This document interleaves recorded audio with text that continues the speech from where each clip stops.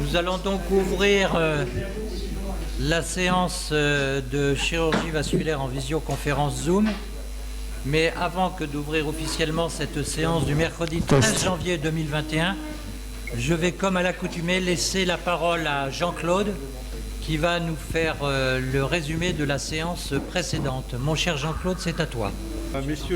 Messieurs les présidents, secrétaires, chers académiciens, académiciennes, amis, la dernière séance était consacrée aux dommages en responsabilité chirurgicale donnée par Henri Coudane, coordinateur Jean-François Mercier et Irat Tourandibach, et l'introduction a été faite par Jean-François Mercier. Donc, j'en étais à la première présentation par Bertrand Lude, directeur de l'Institut médico-légal. Bertrand Lude nous rappelle combien la survenue d'un décès périopératoire est une épreuve stressante pour les équipes. La fréquence à travers les études est de 1,7% décès, dont 0,7 surviennent au bloc opératoire. Les causes favorisantes, l'âge aux deux extrémités de la vie, l'état des sujets, le type de chirurgie et les situations d'urgence. On distingue les causes dues à l'anesthésie, à la chirurgie, les causes mixtes et celles dues à la défaillance du matériel. Les éléments pré-, per- et post-opératoires doivent être recueillis de façon soigneuse et rigoureuse afin de pouvoir retracer avec précision l'enchaînement clinique ayant conduit au décès. La méthodologie proposée représente une véritable checklist se déroulant en deux phases, une initiale au décours de l'accident, l'autre différée sous forme de RMN. Cette procédure n'est actuellement pas formalisée et ne fait l'objet d'aucune recommandation. Ensuite, Bertrand Lude nous expose de façon détaillée les justifications et les modalités des différents types de procédures en responsabilité civile et pénale, ainsi que le rôle et les obligations de l'expert. En conclusion, Bertrand Lude insiste sur un point fondamental, la nécessité de la conservation des preuves qui doit répondre à une procédure méthodique. Un échange important se développe entre le président, l'orateur et les coordinateurs sur des points juridiques et pratiques particuliers.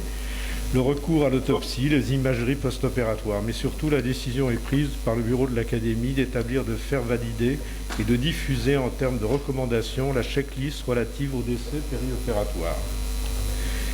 Olivier Jardet d'Amiens, chirurgien orthopédiste et médecin légiste, dommages corporels en responsabilité chirurgicale, quels attributs et quelle méthodologie d'évaluation. Olivier Jardet nous rappelle que le préjudice d'une victime d'un accident médical s'apprécie selon la même méthodologie que pour un accident de la route, une agression. Mais le dommage corporel en termes de responsabilité chirurgicale relève de plusieurs entités. La faute, l'aléa thérapeutique, l'infection nosocomiale et enfin les causes en rapport avec un défaut de matériel ou de produits défectueux qui sont beaucoup plus complexes à traiter. L'auteur, à l'aide de vignettes cliniques, illustrera les différentes situations. La faute, due à une erreur de diagnostic fautive ou une malfaçon chirurgicale, l'aléa thérapeutique où toutes les responsabilités sont écartées, praticiens, établissements, matériel ou produits de santé, mais où il existe un lien de causalité directe entre l'acte et la complication. Il se définit par une anomalie où la gravité des conséquences est en regard de la faible probabilité de survenue de l'événement, ce qui le différencie d'un effet indésirable. Il relève du fonds de solidarité. Les infections nosocomiales survenant au cours ou au décours de l'hospitalisation jusqu'à 1 an, infections ni en cours, ni en incubation au début de la prise en charge et en l'absence de cause étrangère à l'infection. Fautive ou non, mauvaise préparation, faute d'asepsie, fracture ouverte, responsabilité à la charge de l'assureur, de l'établissement de santé ou au NIAM ou en cas d'extrême gravité. La mise en cause des produits de santé défectueux s'observe en l'absence de mauvaises indications ou de défauts, de pause. Il s'agit de dysfonctionnement ou de rupture de matériel dans des conditions normales d'utilisation. Henri Coudane, je crois qu'il m'a sauté, voilà. Tu peux me le rétrécir un peu parce que je n'ai pas le bas de la page, s'il te plaît. Voilà. Une discussion s'engage sur la problématique des erreurs de côté qui malheureusement ne reste pas exceptionnelle, les problèmes de rupture de prothèse et la nécessité de tenir des registres et pour la recherche, la loi Jardet qui a introduit la notion de fait nouveau. Florian Roussel, Paris, maître des requêtes au Conseil d'État, l'obligation d'impartialité de l'expert médical en contentieux administratif. Maître Roussel insiste d'emblée sur le fait qu'aujourd'hui, devant l'exigence des citoyens à la transparence de la vie publique et à la prévention des conflits d'intérêts, les contestations mettant en cause la neutralité des experts sont devenues plus fréquentes. En cause aussi l'évolution des procédures administratives, les jurisprudences de la Cour européenne des droits de l'homme et le développement des techniques de l'information. Comment le juge prévient-il au mieux les contestations? Premièrement, en s'assurant du respect du devoir de réserve des experts. Avant leur nomination, pas de prise de position publique sur le sujet du débat, ne pas s'exprimer sur le sujet avant la procédure et pendant les opérations d'expertise, ne pas exprimer trop son point de vue lors des échanges entre les parties. 2. En s'assurant de l'exigence d'impartialité de l'expert, qui ne doit pas avoir noué de lien étroit avec l'une des parties. Il existe de nombreuses jurisprudences régulant ces situations. Ce défaut d'exigence doit être recherché par le juge et reposera sur un faisceau d'indices, actualité et nature des liens. Et ceux-ci pouvant aboutir à la procédure de récusation. La demande de récusation peut être formulée par chacune des parties et la jurisprudence notifie que la régularité peut être contestée à tout moment avant la condamnation.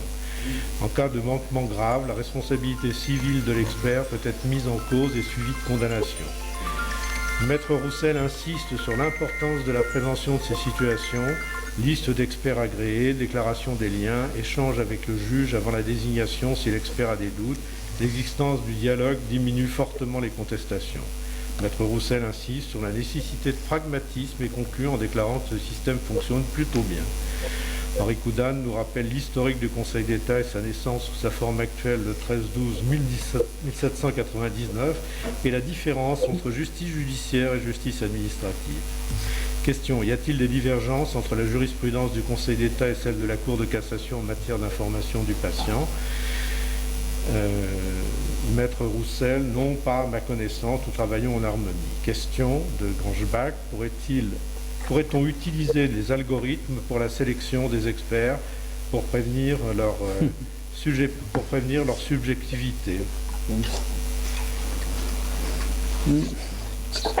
Maître Roussel, il persistera toujours une subjectivité de l'expert et du juge, puis échange sur les modalités de formation des experts et la validation de l'enseignement continu, présentiel ou non.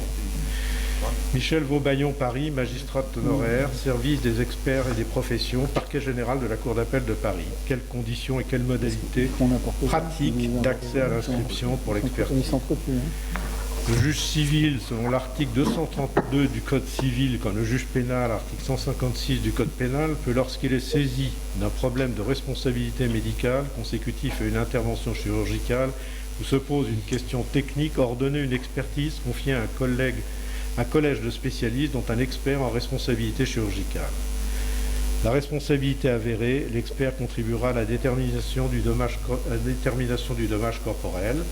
L'expert est normalement nommé à partir d'une liste dressée annuellement par les cours d'appel et par la Cour de cassation. Le juge a cependant la possibilité de missionner un expert non inscrit sur les listes sous réserve de motiver sa décision et de faire prêter serment au technicien concerné. Madame Vaubaillon nous explique de façon très détaillée les conditions réglementaires et pratiques de la fabrique des experts, de leur primo-inscription et réinscription sur les listes des cours d'appel et de la Cour de cassation, âge, honorabilité, compétences, titres et travaux, indépendance, la lettre de motivation, le dossier adressé au procureur de la République, l'avis des compagnies d'experts, l'instruction du dossier par l'Assemblée générale des différentes cours, l'acceptation, le rejet motivé, le recours, le serment, les vérifications où l'expert doit fournir l'état de ses missions et de ses formations, les dépôts de rapports, les prorogations éventuelles et leurs motifs, l'approbation de 3 ans, puis les réinscriptions tous les 5 ans, enfin les particularités relatives à la Cour de cassation. Au final, Mme Vaubaillon dresse un état des lieux de la rubrique 503 S03 pour les 13 spécialités chirurgicales qui sont en fort déficit d'experts. Dans l'antichambre de l'ANC, après entretien avec Jean-François Mercier, Mme Vaubaillon propose que la séance annuelle de l'ANC de médecine légale consacrée à la responsabilité chirurgicale et valeur de validation dans le cursus de formation des experts chirurgicaux. On a les messages là. On a les messages là. Merci mon cher Jean-Claude de résumé de cette séance donc de la semaine dernière, qui était coprésidée par Jean-François Mercier et Iraj Granjbach. C'était vraiment une séance excessivement intéressante et vous voyez qu'au cours de cette séance, la mission, on va dire, sociale et éducative de l'Académie nationale de chirurgie a été saisie, non seulement dans le cadre de la formation des experts, puisque ça peut être validant, puisque là-dessus il y a un décret, d'ailleurs en dehors de la formation continue. Et puis le deuxième point, c'est qu'il a été voté, si je puis dire, une motion dans laquelle soit mise en place une étude dans le cadre des autopsies médico-légales en cas d'accident médical. Et je crois que là aussi, dans le cadre des missions de l'Académie nationale de chirurgie, ça ne peut faire qu'avancer les choses. Voilà, maintenant nous allons ouvrir ce mercredi 13 janvier 2021 la séance consacrée à la chirurgie vasculaire qui sera coprésidée d'une part par M. Fabien Coscas, je vais y revenir, et d'autre part par le nouveau vice-président Albert-Claude Benhamou. Alors je voudrais m'excuser, M. Coscas, parce que comme je l'ai dit lorsqu'on a présenté l'Assemblée générale, on a une réunion parce qu'on va signer avec le ministre de l'Éducation nationale, Jean-Michel Blanquer, une convention, et c'est la première fois que l'Académie de chirurgie va signer ce type de convention par l'intermédiaire de l'ONICEP. Alors avec Albert Claude, avec Richard Villet et avec Philippe Marc, nous vous quitterons vers 16h15 et je vais demander au secrétaire perpétuel de bien vouloir prendre la suite, mais je pense que vous ferez avec lui une excellente compagnie et qu'il n'y aura pas de problème.